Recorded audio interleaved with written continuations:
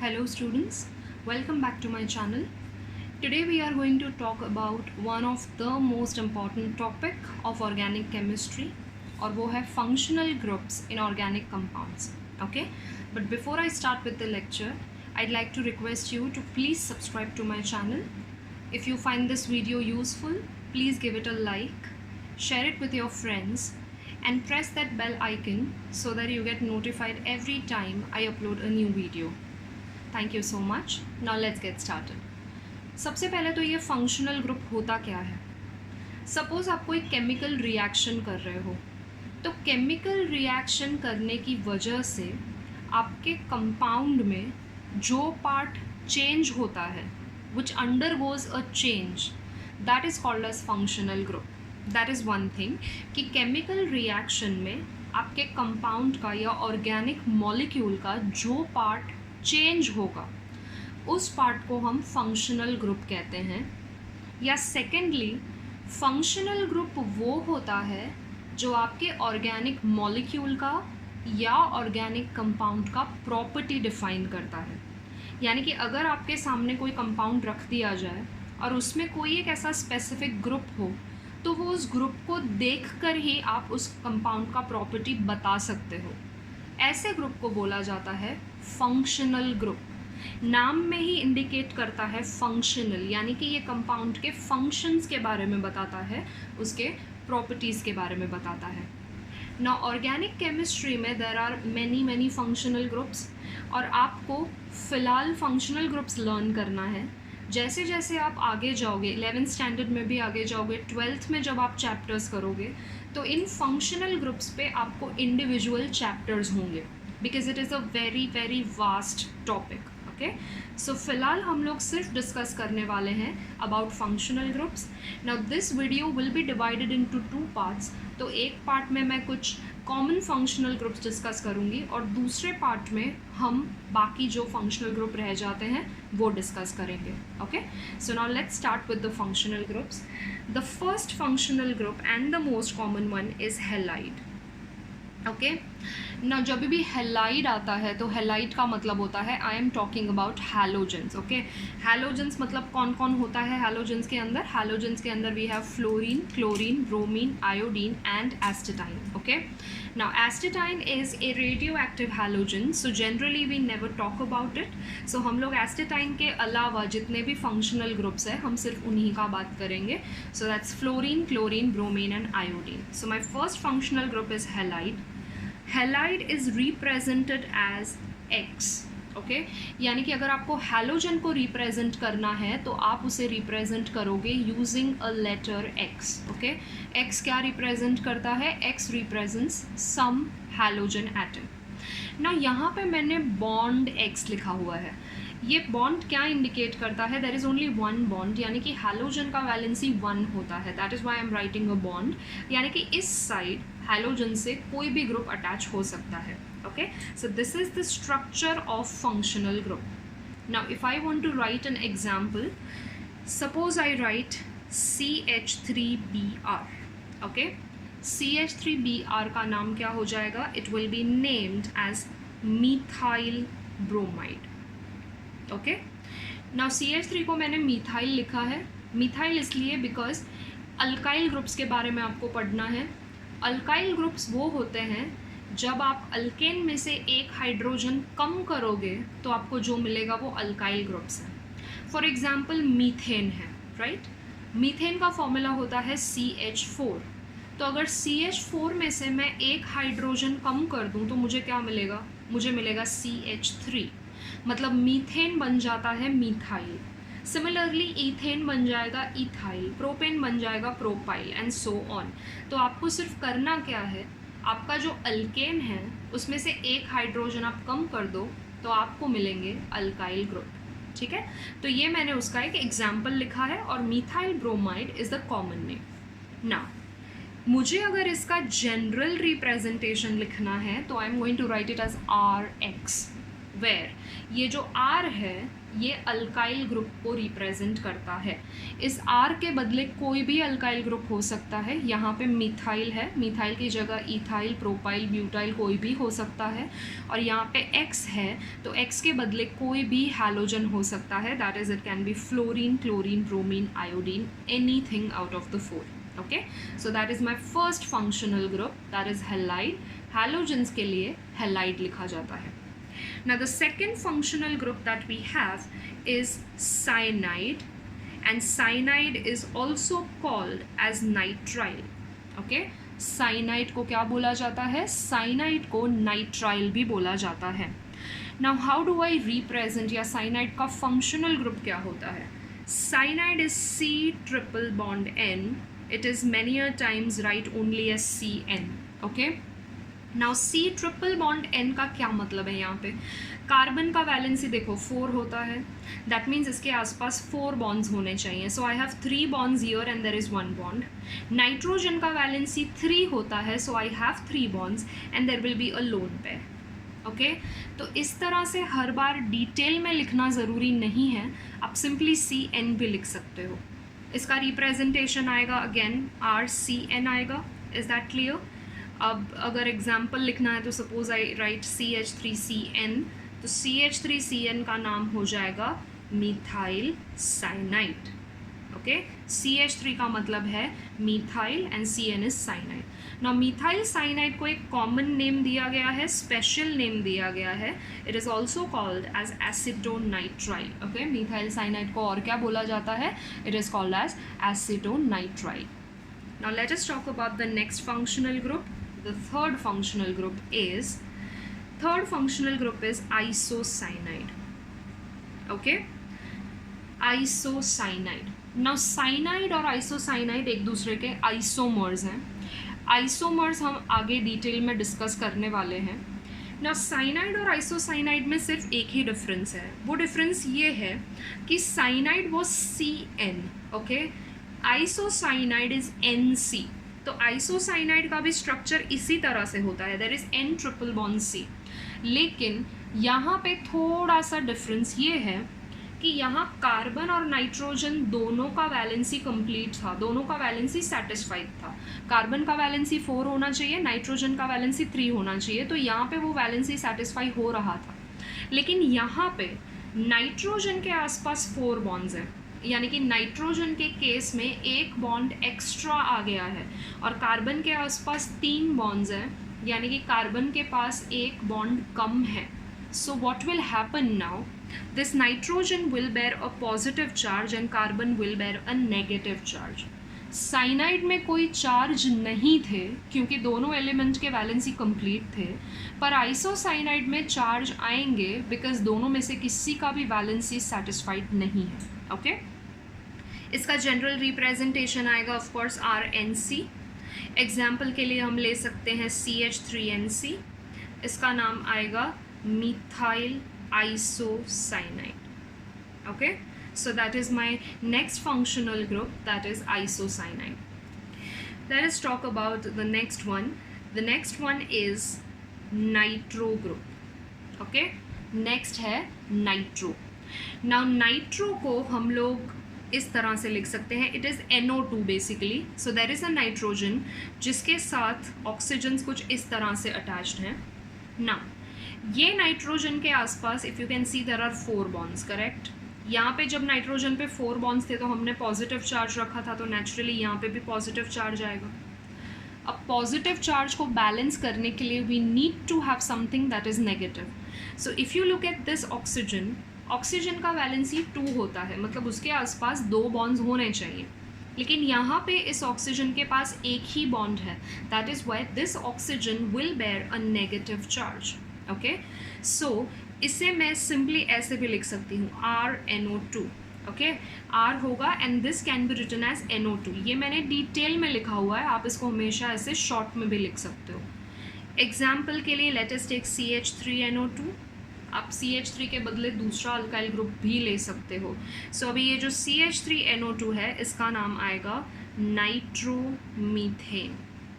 It is called as nitromethane. Okay, यहाँ पे आप देखोगे पहले 3 ग्रुप्स में हमने मिथाइल पहले लिखा है, फंक्शनल ग्रुप बाद में लिखा है, बट नाइट्रो कंपाउंड्स को लिखने का तरीका यही है.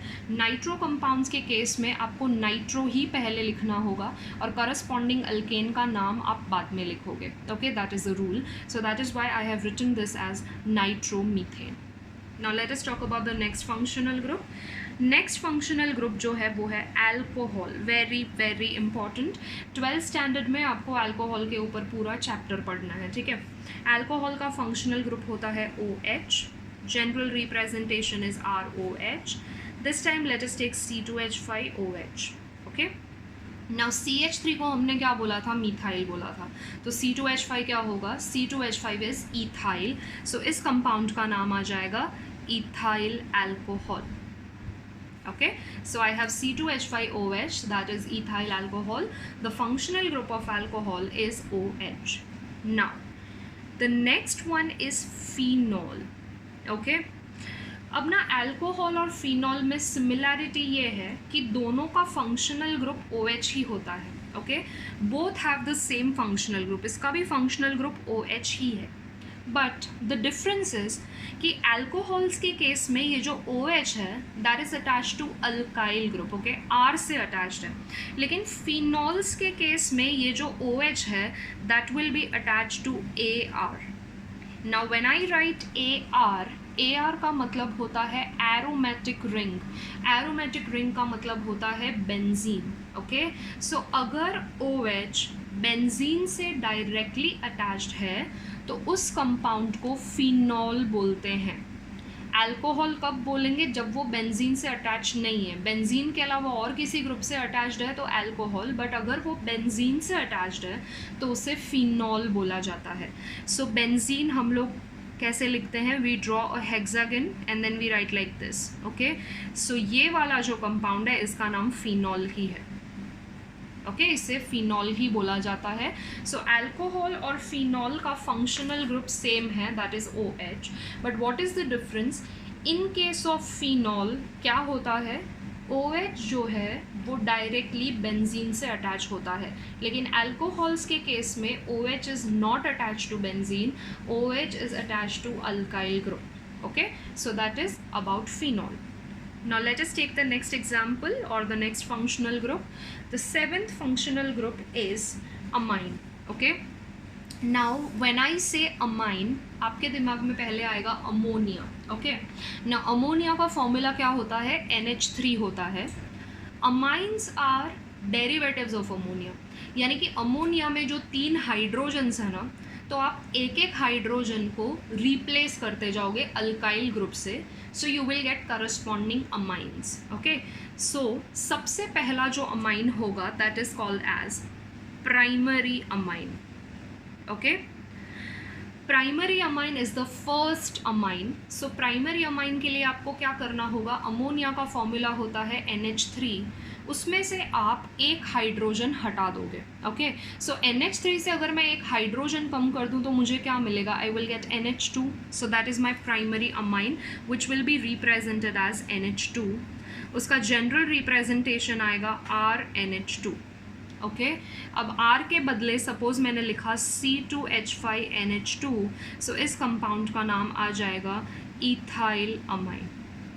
ओके, सो अमोनिया में से जब मैं एक हाइड्रोजन कम करूं और उस हाइड्रोजन के बदले अगर मैं अल्काइल ग्रुप लेकर आती हूं तो that is called as primary amine. And primary amine का फंक्शनल ग्रुप क्या होता है, प्राइमरी अमाइन का फंक्शनल ग्रुप होता है NH2. ओके, सो अभी ये फर्स्ट प्राइमरी अमाइन था. So what will be the next one, the 8th one which I will have is secondary amine.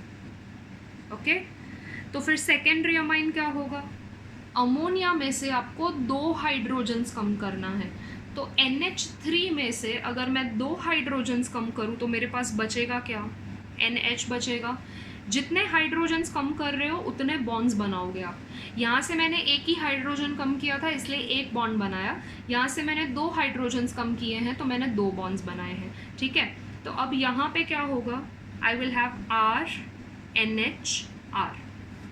Okay, Suppose for example I write CH3NHCH3. अब इसका नाम क्या आएगा? मिथाइल इसमें 2 बार है मेरे पास, so I will write it as dimethyl and NH है, NH के लिए हमें क्या लिखना होगा? We'll write it as amine, so this will be written as dimethyl amine. Okay, the next one will be tertiary amine. Okay, ना tertiary amine का क्या मतलब है कि अमोनिया के तीनों हाइड्रोजन्स आप रिप्लेस कर दो. तो NH3 में से अगर आपने तीनों हाइड्रोजन्स रिप्लेस कर दिए तो क्या बचेगा? सिर्फ N बचेगा, और N के आसपास आएंगे 3 bonds because I have replaced all the 3 hydrogens. सो इसको हम लिखेंगे RNR. ओके, सपोज अगर मैंने सभी R के जगह CH3 लिखा तो फिर इसमें 3 CH3 हैं टोटल, तो इसका नाम आ जाएगा trimethyl amine. Okay, so what are amines? Amines are derivatives of ammonia. Ammonia is NH3. तो आपको क्या करना है? अमोनिया के एक एक हाइड्रोजन को कम करते जाना है और उसके बदले आप एक एक अल्काइल ग्रुप इंट्रोड्यूस करोगे. So you are going to get the respective amines. Okay, let us talk about the next functional group. After tertiary amine I have ether. Okay, now what is ether? ether में ना centre में oxygen होता है और oxygen के आसपास you will have carbons.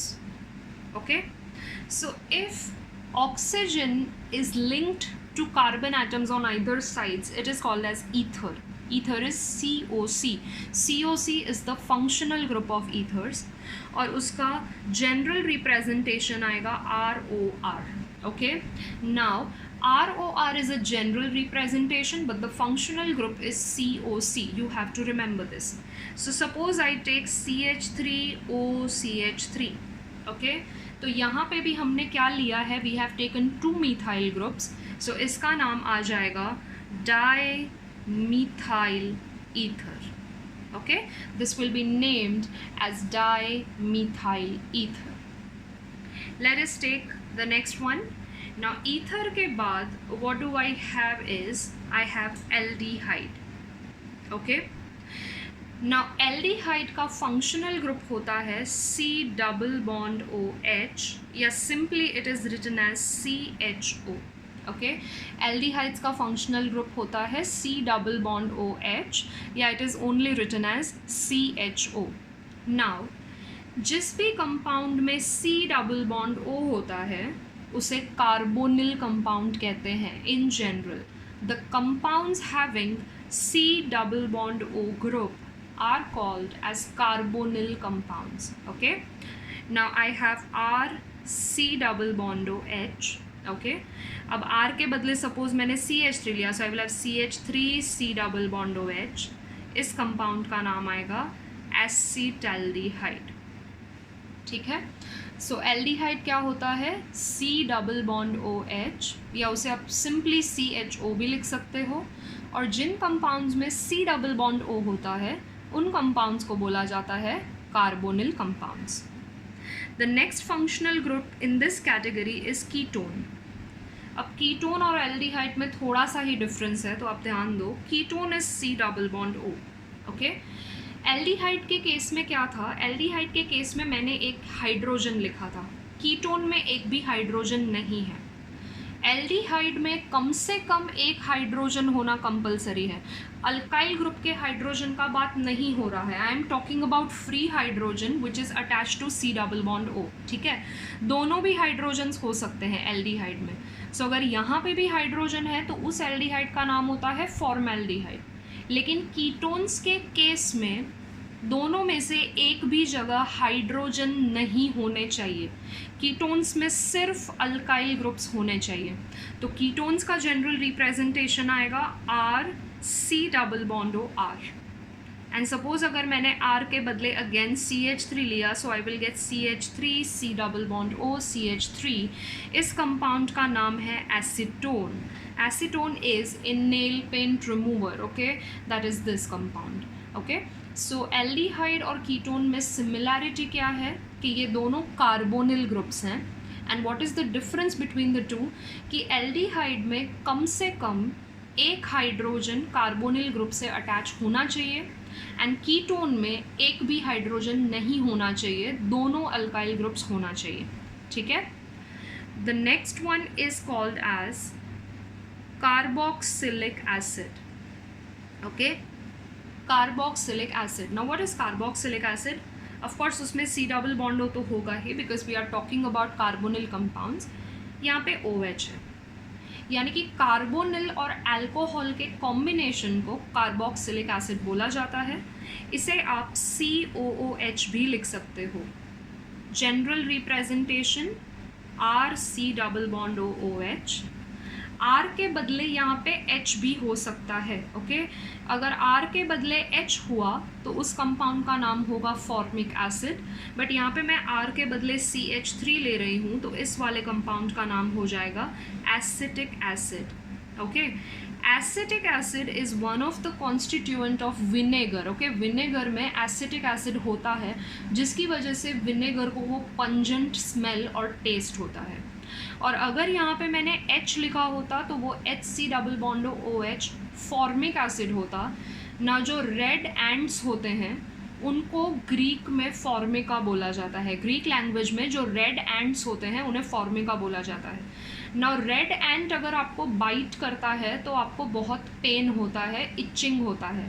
That is because red एंट जब हमें बाइट करता है तो वो हमारे बॉडी में फॉर्मिक एसिड इंजेक्ट करता है एंड वो फॉर्मिक एसिड की वजह से हमें टिंगलिंग सेंसेशन होता है या इचिंग होता है या इन्फ्लेमेशन हो जाता है. ओके, सो फॉर्मिका से आया फॉर्मिक एसिड एंड एसिटम से आया acetic acid. So acetic acid is one of the constituent of vinegar. Okay, and the last one for this particular video is after carboxylic acid we have ester.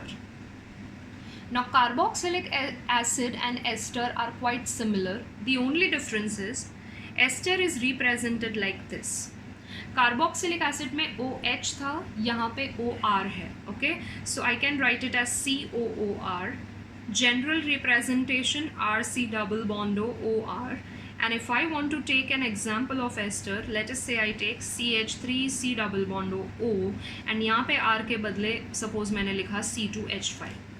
इसका नाम है ethyl acetate. Okay?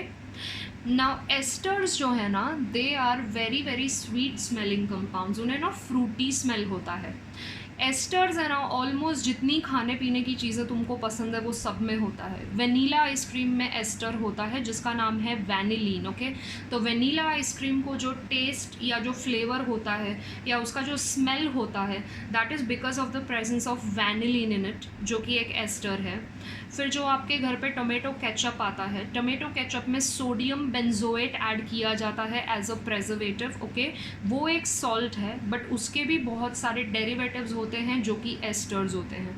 फिर जो jams होते हैं, jellies होते हैं, बहुत सारे चॉकलेट्स होते हैं, इनफैक्ट बहुत सारे फ्रूट्स में हर जगह पे देर आर ester molecules which are responsible for the taste, for that smell and for that flavor of that particular fruit or chocolate or ice cream or certain things like that. So these are esters. These are organic compounds having fruity smell. Okay, so we have done few functional groups today. अब जो बाकी के functional groups हैं उसके बारे में मैं next video में detail में बात करूँगी. Thank you so much. Take care.